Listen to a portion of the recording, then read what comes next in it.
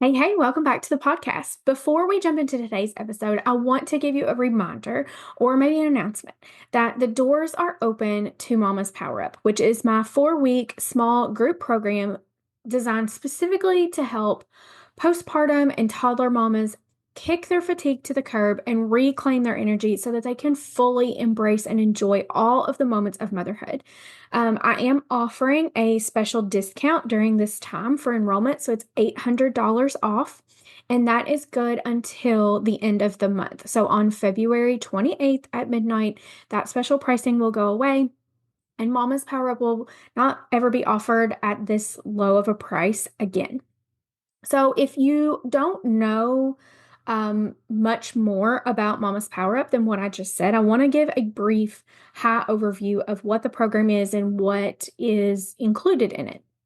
So, like I said, it's 4 weeks.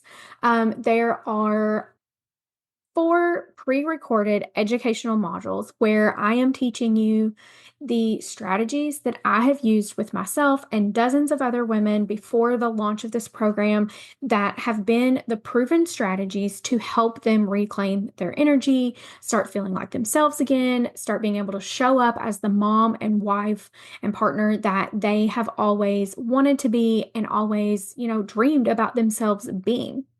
Um, so there's the pre-recorded modules. You also get weekly group coaching calls with me where you can come, get support, get individualized feedback. You can talk through things with me to troubleshoot something or be like, I have this specific scenario going on. So how should I apply, this strategy that you're teaching?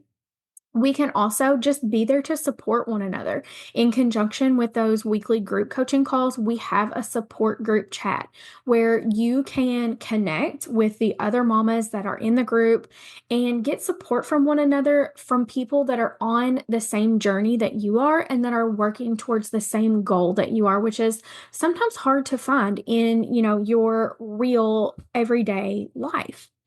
You also get a recipe bank that is full of recipes that I have hand selected for you that were picked specifically because they help support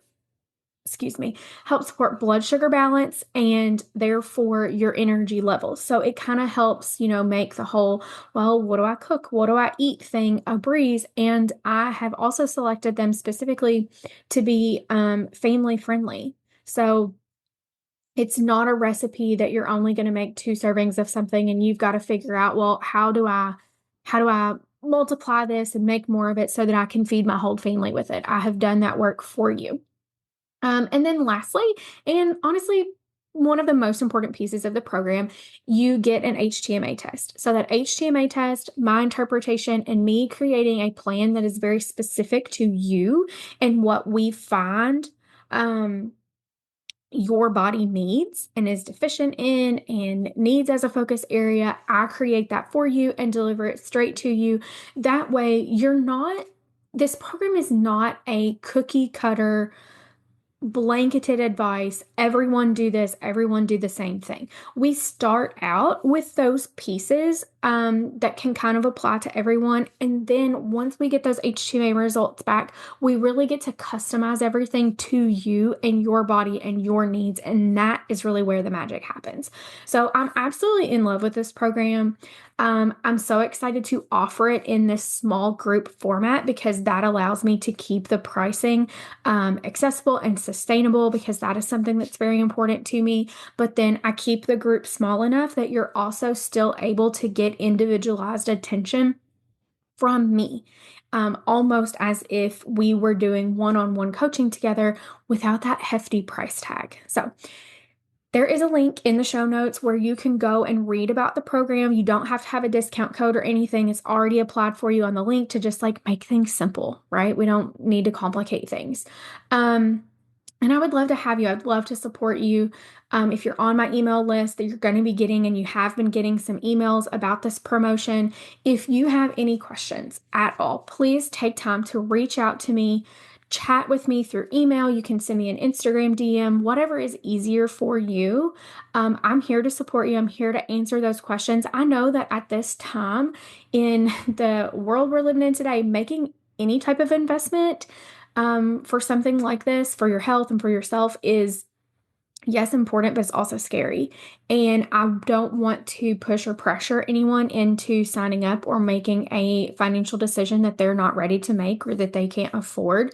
But if you're like, no, I just need to know, like, this is my situation and I have, XYZ question, or I just want to make sure that because of this, that, or the other, that this is going to help me, that this is the right step for me to take. And I'm very transparent, I'm very open and honest. I will not lead you wrong and try to like get you to sign up just because I have it for sale. I really want women inside this container and inside this program with me that are a good fit for it and that I feel confident that I can help. And if you come to me and I don't think that I'm the person to help you, I've got lots of friends in this space that I can maybe point you in their direction, or help you in some other way. So that's all I'm going to say on Mama's Power Up.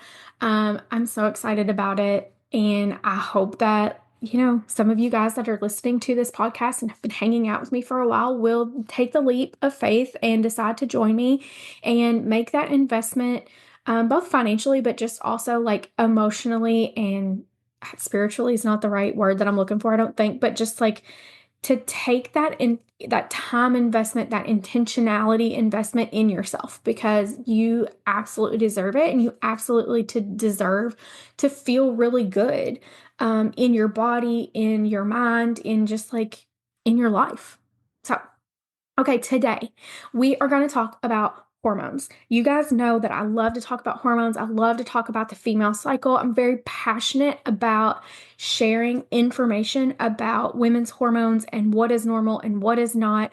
And I'm so passionate about it because it's had such a big impact on my life going through coming off birth control and completely losing my period for 9+ months, and not getting the support and the help and the answers and the education that I needed and that I was asking for from our traditional model of care, aka my OBGYN that I saw yearly. Um, so I realized that I didn't have a podcast episode that was really dedicated to the menstrual cycle phases. I am pulling this information and these notes that I'm kind of going off of a little bit today from a class that I used to teach and I now like have incorporated to some of my programs and in my membership, and sometimes I offer it as a one-off, but it's called Get to Know Aunt Flo. It's basically like this crash course in our female hormones and our cycle that we should have been given in middle school, high school, by somebody along the way. And unfortunately, we just haven't been. And I think that the reason this information is so important is so that we can have a good understanding of what is normal and what is not. And specifically, I talk a lot about energy. Obviously, like I just went through this whole spiel about, this program that I've created to help moms have more energy. And there are natural dips and fluctuations in our energy because of our cycle.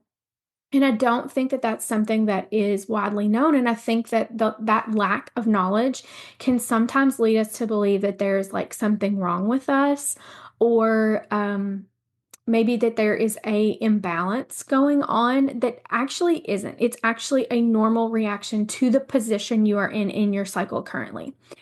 So, and another reason that I wanted to do this episode specifically today and this week is because next week's episode is a guest episode, and I'm chatting with someone all about PCOS. And I wanted us to kind of have this episode as a build up to that one, because in that episode, we've already recorded it and we talked a lot about the things that are, you know, wrong or not normal and what those signs are. So I first wanted to present you with the information on what is normal. Okay. So let's dive in. There are three main phases to our menstrual cycle: our follicular phase, ovulation, and our luteal phase. So the way that I remember these in my brain is follicular first. It's like the F and the F, and then luteal late, L and L. And that is how I remember it in my brain. So the follicular phase is day 1 of bleeding, of actual flow, not spotting, but actual flow, and it goes until ovulation. So it's the first kind of half of your cycle. Ovulation is a 24-hour event, just lasts 24 hours. Your luteal phase then begins when that ovulation has occurred up until you begin your period again. And it's an important time for me to give the reminder that not everyone has a 28-day cycle, and that is normal. There's actually, I can't remember the statistic off the top of my head. I wish I had pulled it, but there is a large majority, a big percentage of women that do not have a 28-day cycle. And I always try to put that out there because that's another one of those things where it's like we think if we don't have a 28-day cycle, then there's something wrong with our hormones and that we're not okay and we need to be doing something and maybe we need to be on birth control to keep it at that 28 days. No. It's totally normal to have a cycle that is longer or shorter than 28 days.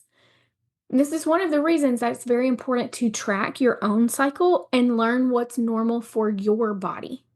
And then you're more able to tune in when things are off or something begins to change in your cycle because you truly know what's normal for you. And then I'll go ahead and give this caveat. The things I'm going to talk about today, these fluctuations in our hormones and our mood and our energy levels, this is not going to apply to you if you're on birth control, because when you're on birth control, it stops this process. Specifically, if you're on the birth control pill, the communication between your ovaries and your brain is shut down. It stops. So you're not going to follow this normal pattern because you're also not actually having a period every month if you're on the birth control pill. You are only having a withdrawal bleed.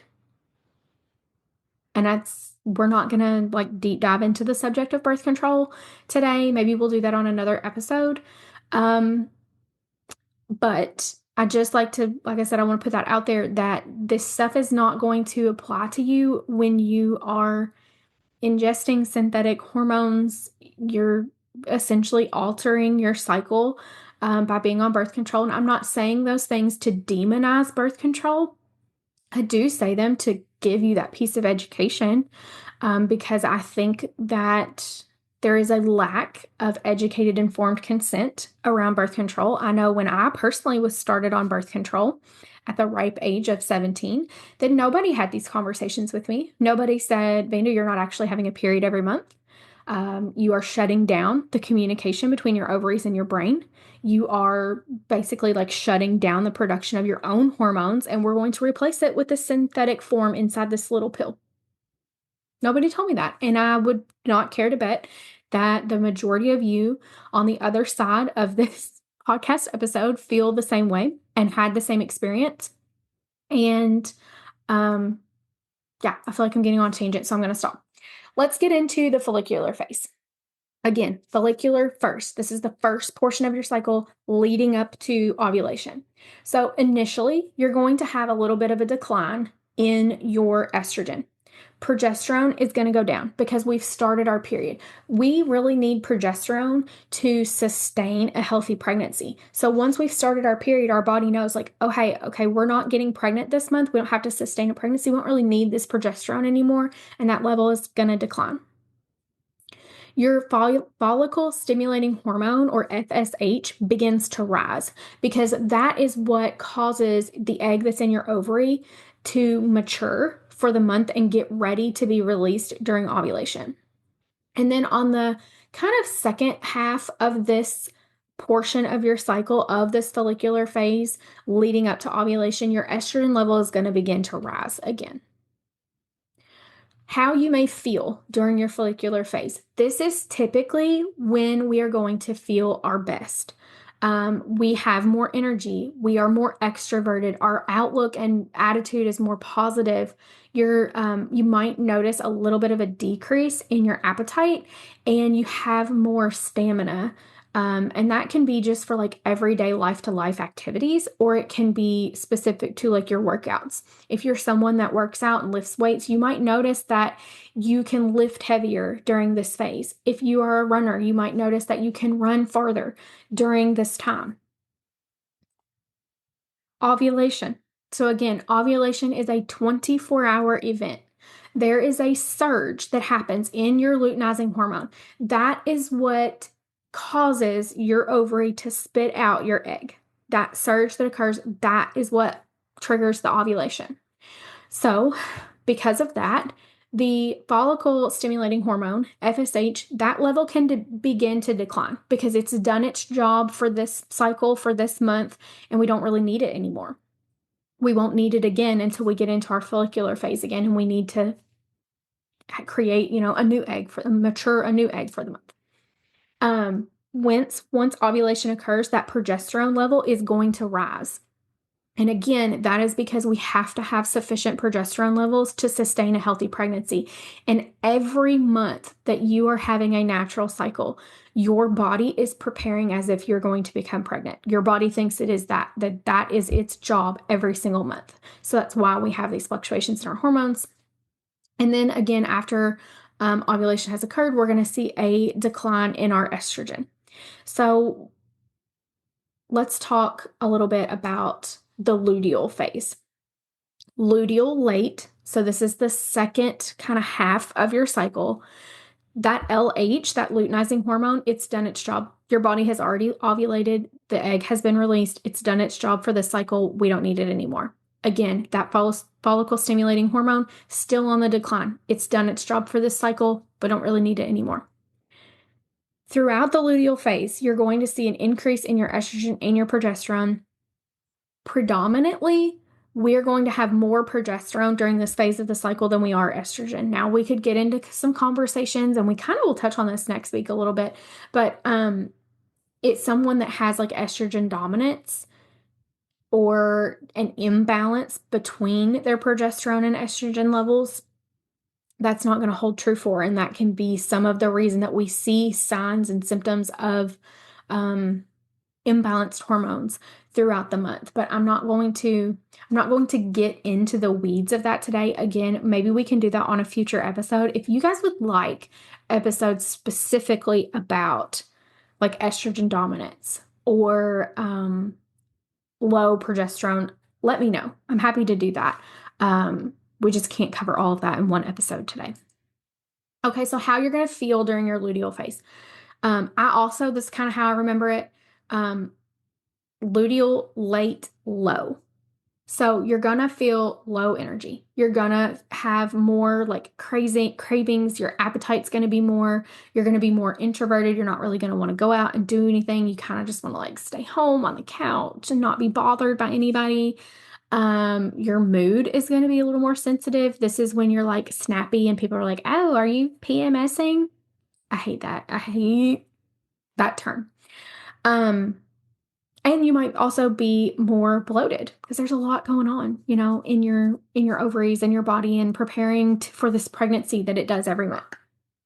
So we've got luteal late and low, follicular first, and fun. That's how I keep straight in my brain the like way I'm going to feel and at what point I'm at in my cycle.